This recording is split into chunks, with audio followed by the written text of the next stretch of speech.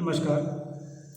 मैं doctor Mahendra Kumar Sharma, assistant professor sociology, Shri Shankaracharya महाविद्यालय जुनवानी भिलाई। आज मैं बीए प्रथम वर्ष के विद्यार्थियों के लिए समाजशास्त्र विषय के अंतर्गत समाजशास्त्र के प्रथम प्रश्न पत्र के प्रथम इकाई से समिति विषय पर अपना विचार प्रस्तुत करने जा रहा हूँ या अध्यापन कार्य करने जा रहा हूँ।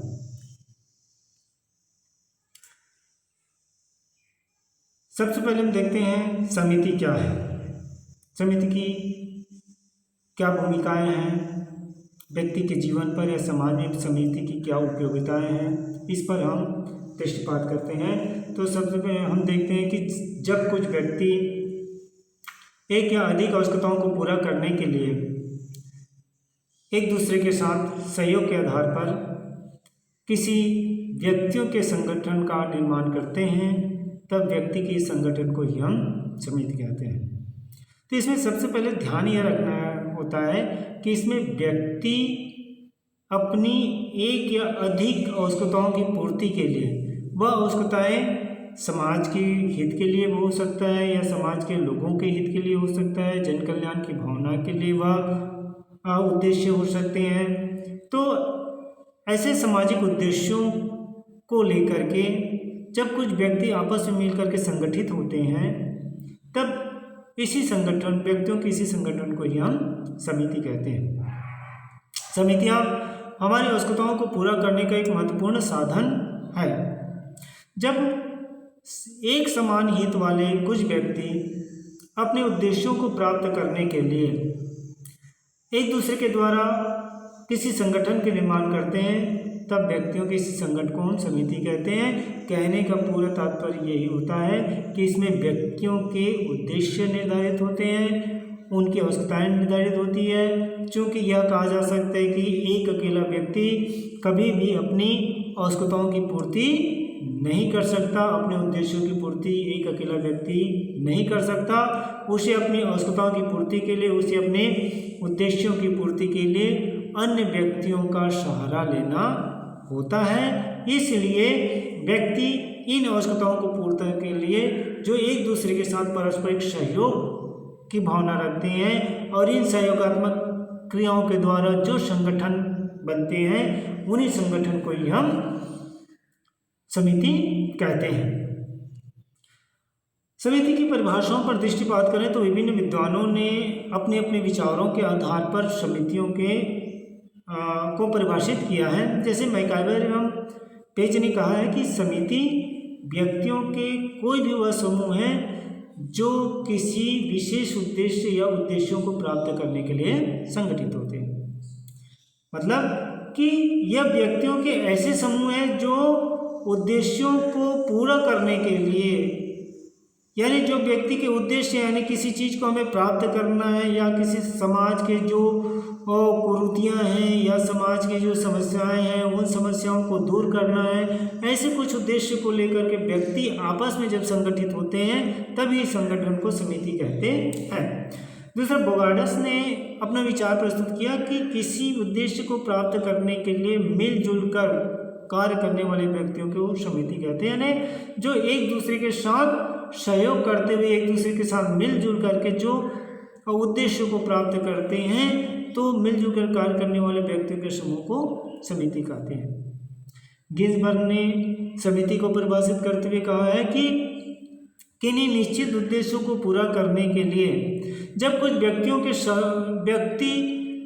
सहयोग के आधार पर एक संगठन की स्थापना करते हैं, तब इसी संगठन को समिति कहते हैं। यानी इन विद्वानों की परिभाषाओं का यदि विश्लेषण करें तो निष्कर्ष यह आता है कि समिति व्यक्तियों के एक समूह है और उस समूह में रहने वाले सभी व्यक्ति एक दूसरे के साथ सहयोग करते हुए एक निश्चित उद्देश्य जो होते हैं उन उद्देश्यों को पूरा करते हैं। तो व्यक्तियों की उद्देश्यपूर्ण जो संगठन निर्मित होता है, ऐसे संगठन को ही हम समिति कहते हैं।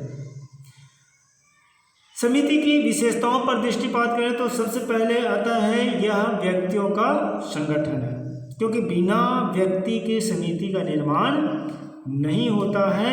अतः यही कहा जा सकता है कि यह व्यक्तियों का संगठन है और इसमें व्यक्तियों के विचारों का केंद्रीकरण होता है।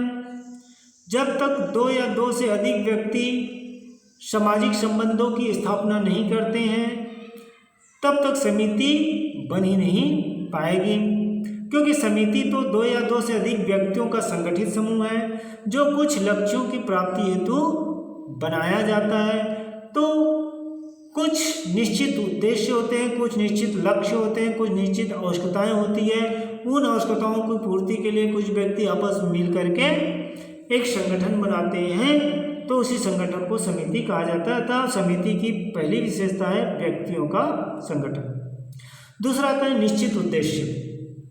तो व्यक्तियों के अनेक प्रकार की आवश्यकताएं होती हैं। समाज में व्यक्तियों की आवश्यकताएं बहुत होती हैं, बहुत सारे उद्देश्य होते हैं, उन उद्देश्यों को उन्हें पूरा करना होता है। तो व्यक्ति अपनी आवश्यकताओं की पूर्ति या अपने उद्देश्यों की पूर्ति एक अकेला नहीं कर सकता। इन उद्देश्यों की पूर्ति के लिए उन्हें समिति की स्थापना करनी होती है, किंतु प्रत्येक समिति की स्थापना के पूर्व ही उद्देश्य बना लिए जाते हैं। यानी हम जब समिति बना रहे हैं तो हमारी समिति बनाने का उद्देश्य क्या होता है, तभी व्यक्ति अपनी स्वेच्छानुसार अपने उद्देश्यों के समान उद्देश्य रखने वाले समिति के सदस्य बन जाते हैं। यानी जिन जिन व्यक्तियों के समान उद्देश्य होते हैं वे सारे व्यक्ति एक दूसरे के साथ संगठित होते हैं। तो इस समय यही कहा जा सकता है कि व्यक्ति अपने उद्देश्यों की पूर्ति के लिए यानी समान उद्देश्य वाले व्यक्ति एक दूसरे के साथ मिलकर के एक समिति का निर्माण करते हैं, यानी एक निश्चित उद्देश्य होता है। दूसरा है विचार पूर्वक स्थापना, यानी समिति का निर्माण विचार पूर्वक किया जाता है। इसमें समिति की उत्पत्ति व्यक्ति अपने सामान्य लक्ष्य या उद्देश्यों की पूर्ति करने के उद्देश्य से नहीं करते हैं, वह बहुत ही सोच समझ करके वह जानबूझ करके इसकी स्थापना करते हैं। समिति का निर्माण के पूर्व दो या दो से अधिक व्यक्ति अपने उद्देश्यों के हर पहलुओं पर एक दूसरे से विचार प्रस्तुत करते हैं, हर पक्ष को गंभीरता से चिंतन करते हैं, उसके पश्चात ही समिति की स्थापना करते हैं। इस प्रकार कहा जा सकता है कि यह विचारपूर्वक स्थापना समिति का लक्षण है। उसके पश्चात आता है ऐच्छिक सदस्यता, यानी समिति के सदस्य व्यक्ति की इच्छा के ऊपर निर्भर करता है। समिति की सदस्यता ऐच्छिक होती है, यानी व्यक्ति अपनी इच्छा के अनुसार ही उस समिति के सदस्य हो सकते हैं या उस समिति के सदस्यता से हट भी सकते हैं। प्रत्येक व्यक्ति की आवश्यकताएं अलग अलग होती है, इसलिए यह आवश्यक नहीं कि सभी व्यक्ति समिति के सदस्य हो। लक्ष्यों एवं उद्देश्यों की प्राप्ति बिना सहयोग के संभव नहीं हो सकती है, किंतु सहयोग के माध्यम से सभी व्यक्ति अपने लक्ष्यों को प्राप्त करते हैं। जैसे उदाहरण के रूप में ले लें कि यदि कोई त्यौहार को बहुत अच्छे ढंग से मनाना है तो उसमें उस समुदाय में रहने वाले व्यक्ति एक दूसरे से पूर्ण सहयोग करते हैं, तभी उस त्यौहार को बहुत अच्छे से मना सकते हैं। ठीक उसी प्रकार से व्यक्ति की इच्छा होती है तभी वह समिति के सदस्य बनते हैं, और यदि व्यक्ति के उद्देश्य व्यक्ति की आवश्यकताएं पूर्ण हो जाती है तो वो समिति के सदस्यता से वह हट सकते हैं, और एक समय में व्यक्ति एक से अधिक समिति के सदस्य भी बन सकते हैं। उसके पश्चात आता है एक औपचारिक संगठन, यानी समिति क्या है, एक औपचारिक संगठन है।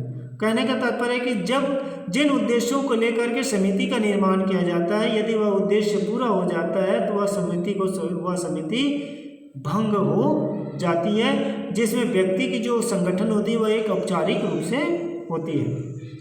सुनिश्चित नियम, यानी जब कोई उद्देश्य को प्राप्त करना होता है तो उस उद्देश्यों की प्राप्ति के लिए कुछ नियम बनाए जाते हैं, यानी बिना किसी नियम के रहते या बिना किसी कार्य प्रणाली के हम उद्देश्यों को प्राप्त नहीं कर सकते। इसलिए समिति के निर्माण में भी कुछ नियम होते हैं और उन नियमों को समिति के सदस्यों को पालन करना होता है, यानी उस नियम में रह करके व्यक्ति अपनी विभिन्न उद्देश्य जो होते हैं उन्हें प्राप्त करते हैं। समिति एक साधन है, न कि साध्य।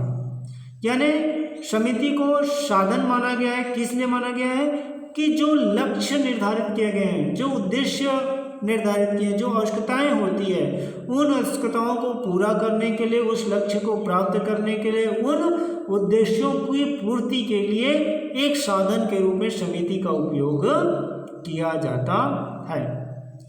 उसके पश्चात आता है सहयोग की प्रधानता।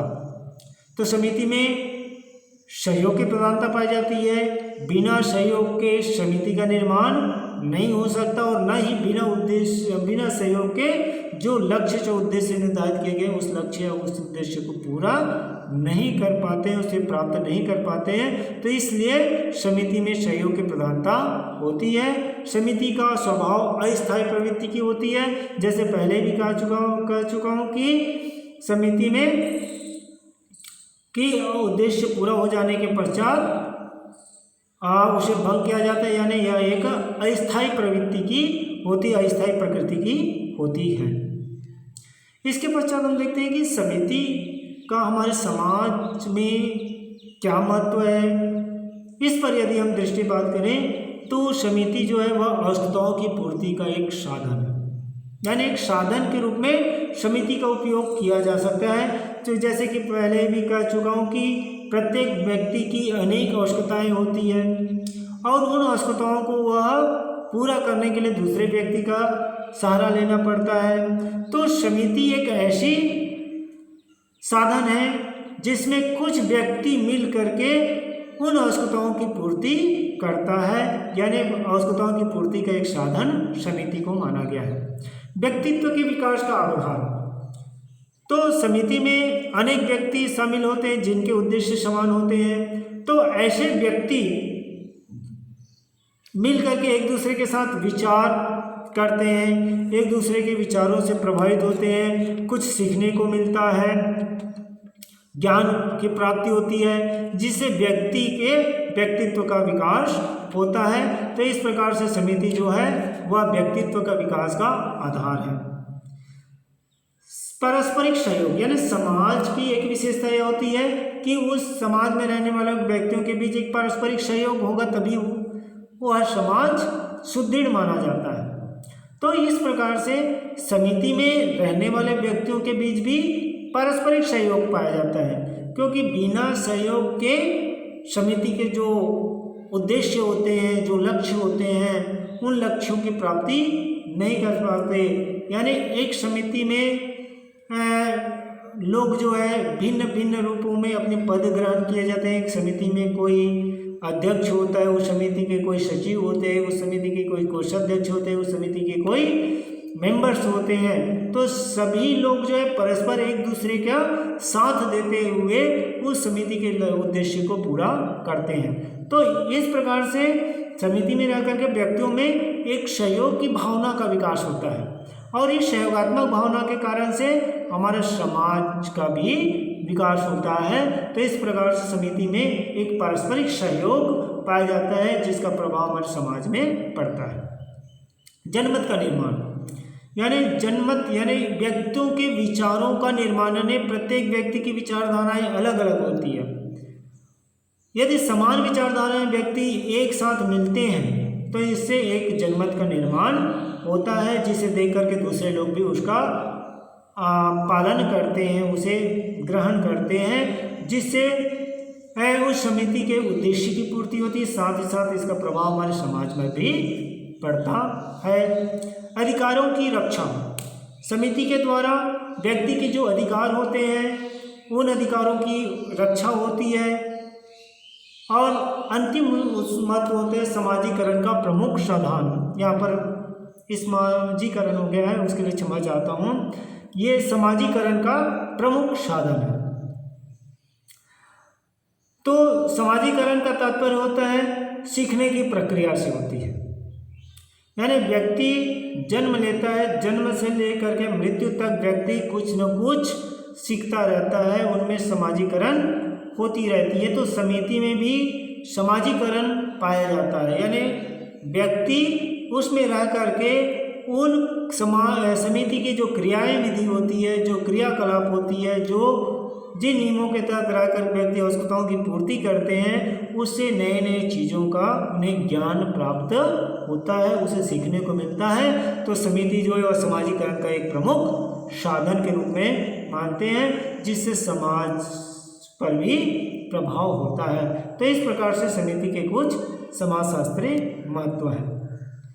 तो इस संपूर्ण अध्ययन के आधार पर यदि निष्कर्ष के रूप में देखें तो समिति व्यक्तियों का एक संगठनात्मक समूह है, जो किसी विशेष उद्देश्यों को पूरा करने के लिए व्यक्तियों के द्वारा जानबूझ करके बनाया जाता है।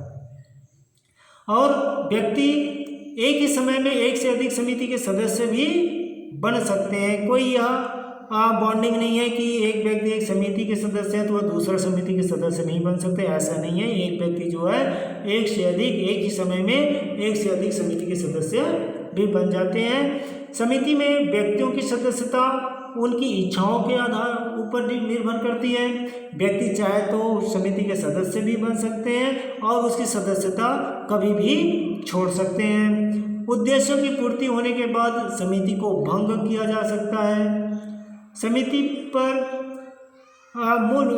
के मूल उद्देश्य मिलजुल कर एक दूसरे की या समाज की विभिन्न आवश्यकताओं को पूरा करना होता है, जिसमें हम की भावना एवं सामाजिक भावना का विद्यमान होता है। यानी समिति के जो मूल उद्देश्य होते हैं वह उद्देश्य होता है व्यक्ति जो है आपस में मिलजुल करके एक दूसरे के साथ सहयोग के आधार पर कार्य करें और समाज की जो विभिन्न आवश्यकताएं हैं उस आवश्यकताओं को पूरा करना है, जिसमें व्यक्ति में एक हम की भावना, एक सामुदायिक भावना का विकास होता है।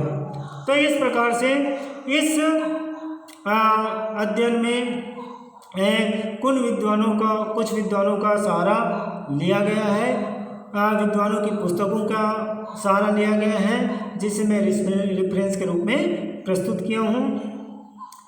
धन्यवाद, थैंक यू, जय हिंद।